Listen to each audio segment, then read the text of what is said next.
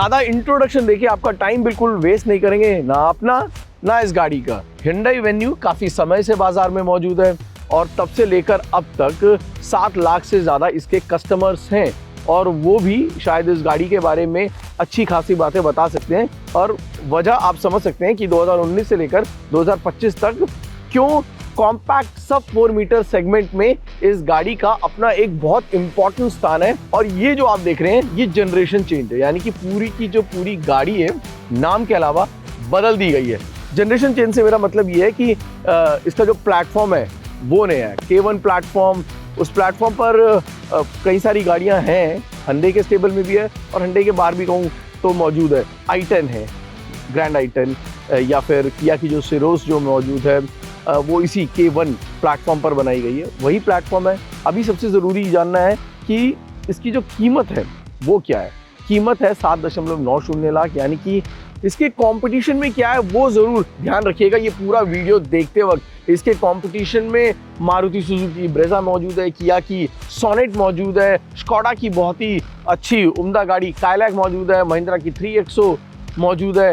तो ये जो है इस गाड़ी के प्रमुख कंपटीशन है। और अगर किया की सिरोस को भी आप इसके कंपटीशन में रख सकते हैं, क्योंकि वो सब 4 मीटर एसयूवी ना सही लेकिन वो उसी श्रेणी में आती है, उसी ब्रैकेट में आती है और उसी प्लेटफॉर्म पर आती है, तो उसको भी ज़रा ध्यान रखिएगा किया की सिरोस। तो ये सभी जो कंपटीशन है उनके मद्देनज़र मैं आपको इस वक्त ये वीडियो दिखा रहा हूँ। अब क्या क्या है जो आपके फ़ायदे की बात है। सबसे पहली बात, इसकी जो कीमत है 7.90 लाख, ध्यान रखिएगा उस कीमत से ये शुरू हो रहा है। और एक और जो इंटरेस्टिंग बात है कि इसका जो बेस मॉडल है वहाँ पर भी आपको कई सारी चीज़ें दे रखी हैं, यानी कि फुली लोडेड अगर कहूँ तो गलत नहीं होगा।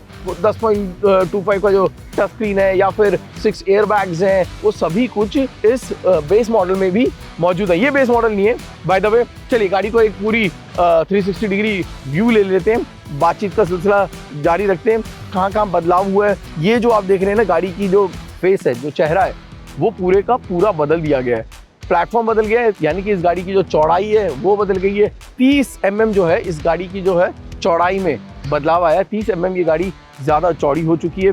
करीब 48 mm जो है इसकी हाइट में भी इजाफा हुआ है, यानी कि चौड़ी हो चुकी है, लंबी हो चुकी है। इसका जो ग्राउंड क्लियरेंस है अराउंड 195 है और जो व्हील बेस है उसमें भी आपको 20 mm का इजाफा दिखेगा, यानी कि जो पूरी की पूरी गाड़ी है ओवरऑल डायमेंशन है वो भी बदल चुका है। तो फ्रंट आपने देख लिया है, कैसी लग रही है ये प्लीज़ हमें कमेंट सेक्शन में लिखकर ज़रूर बताइएगा। मुझे ये जो एच शेप है और ये जो इन्वर्टेड DRLs है ये बेहद अच्छे लगते हैं, खासकर रात को जब हम देखेंगे तो ये अपनी एक बड़ी डिस्टिंक्टिव छाप है जो छोड़ के जाते हैं। 4 मीटर से छोटी SUV है, राइट, लेकिन अगर आप साइड प्रोफाइल देखेंगे तो आपको लगेगा नहीं कि ये 4 मीटर से छोटी है।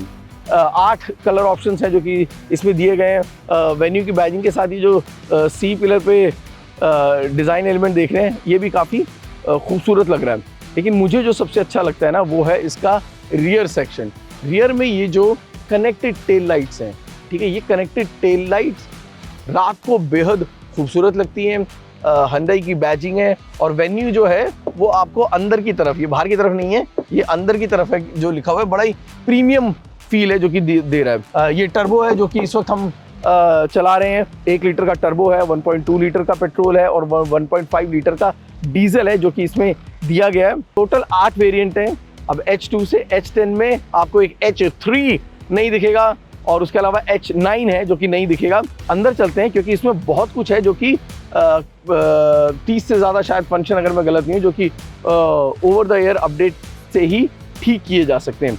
बाय द वे इसमें एडास भी मौजूद है, लेकिन जो एडास है वो इसके जो टॉप वेरिएंट है आपको वही मिलेगा एडास के 16 फंक्शंस के साथ। और जो पुरानी वेन्यू अगर आपको ध्यान में आ रही हो तो उससे करीब 60 चेंजेस हैं जो कि आपको इस गाड़ी में और उस गाड़ी में देखने को मिलेंगे। ये उन लोगों के लिए बोल रहा हूँ ये ना जो रीसेल के बारे में सोच रहे हैं या ये सोचे चलो पुरानी गाड़ी उठाते हैं, नहीं उठाओगे आप। क्यों बोल रहा हूँ, गाड़ी के अंदर आइए, क्योंकि गाड़ी के अंदर जो प्रीमियम टच दिखने वाला है ना, दैट इज रियली क्लास। आप बताओ मेरे से पहले कि अब जो आपको दिख रहा है, ये जो इंटीरियर आपको नज़र आ रहे हैं, बाकी जो गाड़ियों के इंटीरियर हैं उनको भी आप एक नज़र मार लीजिए। सभी गाड़ियों के इंटीरियर हम आपको दिखाने की कोशिश कर रहे हैं। आप खुद फैसला कर लीजिए कि इन सभी गाड़ियों में किसका इंटीरियर ज़्यादा प्रीमियम ज़्यादा सोफिस्टिकेटेड और आंखों को ना चुभने वाला लग रहा है। आप टच नहीं कर सकते, टच करके मैं बता देता हूँ, ठीक है। ये जो दिख रहा है आपको, this is actually a plastic, but even if it's a plastic, it's a different texture जो देने की कोशिश करी गई है। और कुछ को अच्छी लग सकती है, कुछ को नहीं लग सकती। मुझे अच्छी लग रही है क्योंकि जो ये आप लाइट कलर का इस्तेमाल देख रहे हैं, पूरी गाड़ी में लाइट कलर का इस्तेमाल किया गया है। वो इसलिए किया गया है कि गाड़ी में आपको घुटन महसूस ना हो, गाड़ी ज़्यादा बड़ी लगे, गाड़ी ज़्यादा एयरी लगे। पूरा लेआउट की बात कर रहे हैं, पर इस पूरे लेआउट में ना जो आगे का आपको डैशबोर्ड का लेआउट दिख रहा है, उसमें मुझे ना ये जो कर्व टच स्क्रीन है ना, this is looking very neat. और इसकी जो फील है, इफ़ आई से, even the feel, touch and feel जो है वो भी बेहद ही अच्छा है। और ये चीज़ें स्टैंडर्ड भी हैं, यानी कि H2 में आपको ये जो बेस वेरिएंट है वहाँ पर भी आपको मिलेगा। और उसके साथ आपको Android, Apple car play connectivity जो है वो भी आपको जो बेस वेरिएंट है वहाँ पे दी गई है, यानी कि बेस वेरिएंट को भी फुली लोडेड रखने की कोशिश की गई है। हाँ, वहाँ पे डुअल जोन क्लाइमेट कंट्रोल आपको नहीं मिलेगा बेस में, लेकिन अगर आप H5 तक पहुँचेंगे तो you will get a very good value for money package. एक सरप्राइजिंग चीज़ जो है, दो चीज़ें माय फेवरेट अगर बात करेंगे ना, one is this touch screen, I like it. दूसरी चीज़ मुझे क्या अच्छी लग रही है, दूसरी चीज़ मुझे एक तो हल्के रंग का इस्तेमाल, और ये जो सीट जो है ना, this is looking really premium. ये वेंटिलेटेड सीट्स हैं, ये भी आपको बता दूं, अगेन ये आपको हर वेरिएंट में नहीं मिलेगी। 3 व्यक्ति आराम से पीछे की सीट पर बैठकर जा सकते हैं। रेयर सीट भी हम आपको दिखाएंगे, लेकिन फ्रंट में ना ये जो पैनोरामिक सनरूफ है ना, वो नदारद है। कंपटीशन में बाकी जो भी गाड़ियाँ हैं उन सब में आपको पैनोरामिक सनरूफ मिलेगा। उसके अलावा जो स्टीयरिंग है, मॉर्स कोड में आपने जैसे Hyundai की आयोनिक से जो शुरुआत देखी थी आपने, वो यहाँ पर भी अब मौजूद है। इस लोगो की भी एक बड़ी इंटरेस्टिंग कहानी है कि Hyundai के इस लोगो को हटाकर मॉर्स कोड में क्यों लिखा गया। क्या आप में से कोई मुझे ये बता सकता है कि इस मॉर्स कोड का इस्तेमाल करने की क्या वजह है? तो प्लीज़ कमेंट सेक्शन में हमें लिखकर बताइए कि व्हाई दिस मॉर्स कोड, ये छोटे छोटे डॉट्स क्या कहते हैं। जवाब हम आपको अपने अगले वीडियो में देंगे। Let's check the rear seat also. 2 charging port यहाँ पर आपको दिए गए हैं, बीच में आपको आर्मरेस्ट भी दिया गया है और 3 पॉइंटेड सीट बेल्ट भी आपको दी गई है। 6 एयरबैग जरूर दिए गए हैं। सेफ्टी के मामले में ना अभी रेटिंग मौजूद नहीं है, लेकिन किया की जो सिरोस है उसको अच्छी रेटिंग मिली है, प्लेटफॉर्म वही है। और अगर हम उस तरीके से गणित बैठाएं तो इस गाड़ी को भी अच्छी खासी रेटिंग मिल सकती है। अगर आप रेटिंग देखकर शोरूम पर जाते हैं और जो जिसमें कुछ गलत नहीं है, परिवार की सुरक्षा, अपनी सुरक्षा बेहद ज़रूरी है। आजकल सभी गाड़ियों को 5 स्टार रेटिंग भी मिलती हुई दिख रही है, क्योंकि सेफ्टी के प्रति लोगों की जो धारणा है वो बदल गई है। बोस का स्पीकर सिस्टम है, क्योंकि आपको इसमें नज़र आएगा। Height always never a problem, क्योंकि टॉल बॉडी डिज़ाइन है। आपको विड्थ बढ़ गई है और उसका जो फ़ायदा है, जो व्हील बेस जो 20 mm बढ़ा है, उसका जो फ़ायदा है वो भी आपको यहाँ पर देखने को मिलेगा। This is right now adjusted to my driving position, लेकिन अगर 6 फुट या लंबा व्यक्ति भी होगा तो भी you will have enough knee room. Thai support जो है ना वो मुझे बहुत अच्छा लग रहा है। It's good for long ride with family. I think this is a very good place to be, और फील आनी चाहिए। और मुझे इस गाड़ी से इस वक्त जो है वो बेहद ही उम्दा फील है जो कि आ रही है। तो गाड़ी आपने पूरी तरीके से खंगाल ली होगी, मैं कहूँगा पूरी तरह से देख ली होगी, समझ ली होगी। प्लीज़ हमें बताइए कि इसके एक्सटीरियर में, इसके इंटीरियर में, इसके फीचर्स की जो लिस्ट है उसमें आपको क्या अच्छा लगा है।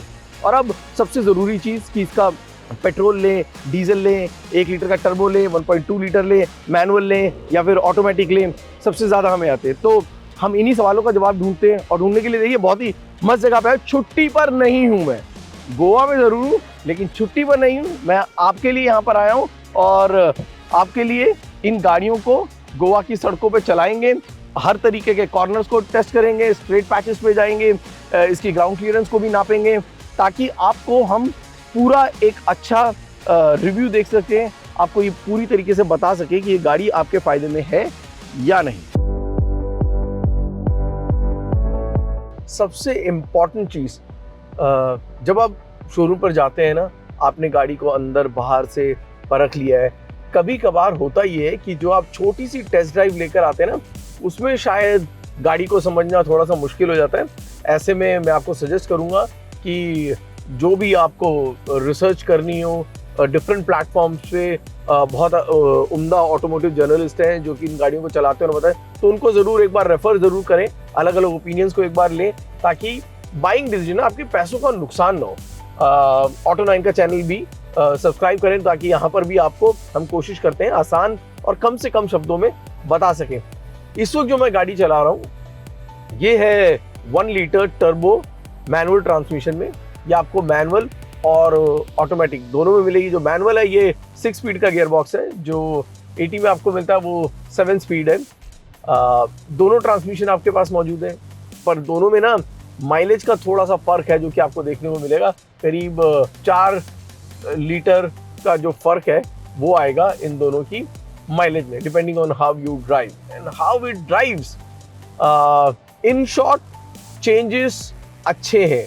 वेट और प्लेटफॉर्म का जो मिक्स है ना बहुत अच्छा है, क्योंकि ये जो K1 प्लेटफॉर्म, जिस नए प्लेटफॉर्म की हम बात कर रहे हैं, जब हमने इसको सबसे पहले आई रिमेम्बर सैंट्रो या आइटन पर जब चलाया था हमने, तब it was very very impressive. तब भी हमने ये बात कही थी और उसी बात को दोहराऊंगा कि दिस सस्पेंशन है something special in it. Goa की ये जो सड़कें जहाँ पर स्पीड ब्रेकर, काफ़ी सारा कंस्ट्रक्शन का काम चल रहा है, हमने वैगाटोर से मापुसा वाली रोड है, उस रोड पर इस गाड़ी को जब चलाया, करीब 30 या 40 किलोमीटर का सफ़र हमने इस गाड़ी में किया है। वरना की तरफ हम जा रहे थे, तो आप ये लगा लीजिए कि स्टॉप गो ट्रैफिक है जो हमें ज़्यादा देखने को मिला है। बम्पर टू बम्पर ट्रैफिक में at lower gear ratios in manual transmission you may not be feeling very happy, क्योंकि आपको कॉन्स्टेंटली अपने शिफ्ट्स का ध्यान रखना पड़ता है। सिटी कंडीशन में परफेक्ट लग रहे हैं, और the moment you go on a highway it's a piece of cake. वही वो एरिया है जहाँ पर वेन्यू की जो चमक है ना वो आपको ज्यादा नजर आती है। लेकिन मत भूलिएगा that this is a city car and that's the reason we are testing it in city limits more for you.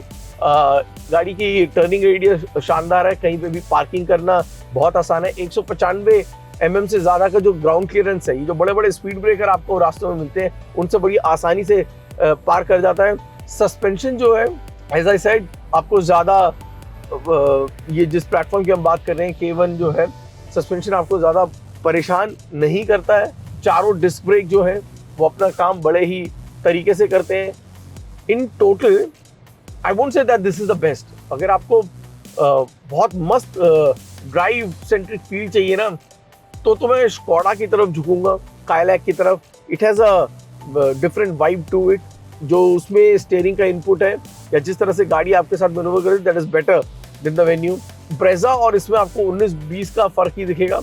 शायद ये 20 वो 19, यूं कह लीजिए कि ब्रेजा 18 है और ये 20, बट फर्क आपको बहुत ज़्यादा नहीं दिखेगा। कई सारी चीज़ें जो मुझे इसमें अच्छी लगी हैं, और उसमें ना मुझे एयर वेंट की पोजीशनिंग और कूलिंग जो है एसी, जो कि हमारे हॉट ह्यूमिड कंडीशन में बहुत मायने रखती है, इज़ वेरी इम्प्रेसिव।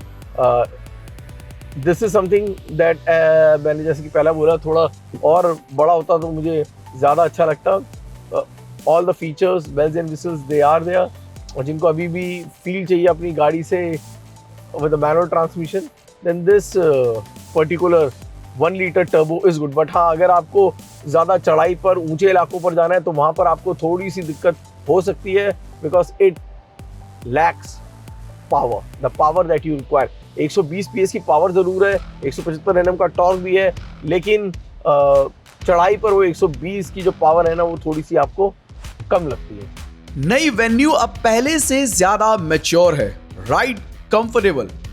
लेकिन नेक्सॉन और XUV 3XO अब भी टेढ़ी मेढ़ी सड़कों पर कुछ ज्यादा बेहतर लगती है। सस्पेंशन सॉफ्ट हुआ है, लेकिन बम्प आए तो वेन्यू अब भी थोड़ा ठक ठक बोलती है। स्टीयरिंग हल्का है, स्पोर्टी नहीं। एनलाइन में भी ऐसा ही कुछ हाल है, बस 17 इंच के व्हील थोड़ा एटीट्यूड दिखाते हैं। सीधी बात, अब वेन्यू चलाना है आसान और पहले से ज्यादा बेहतर। एक्साइटमेंट में कंपटीशन के मुकाबले 19-20 की कमी जरूर है। कुल मिलाकर वेन्यू अब छोटी SUV नहीं है, ये ग्रोन अप हो चुकी है। टेक, डिजाइन, कंफर्ट सब टॉप नॉच। बस कीमत नेक्सॉन ब्रेजा सोनेट से थोड़ा ज्यादा दिल में चुभती है, लेकिन अगर दिल में है Hyundai तो ये वेन्यू क्लासी भी है और देसी भी।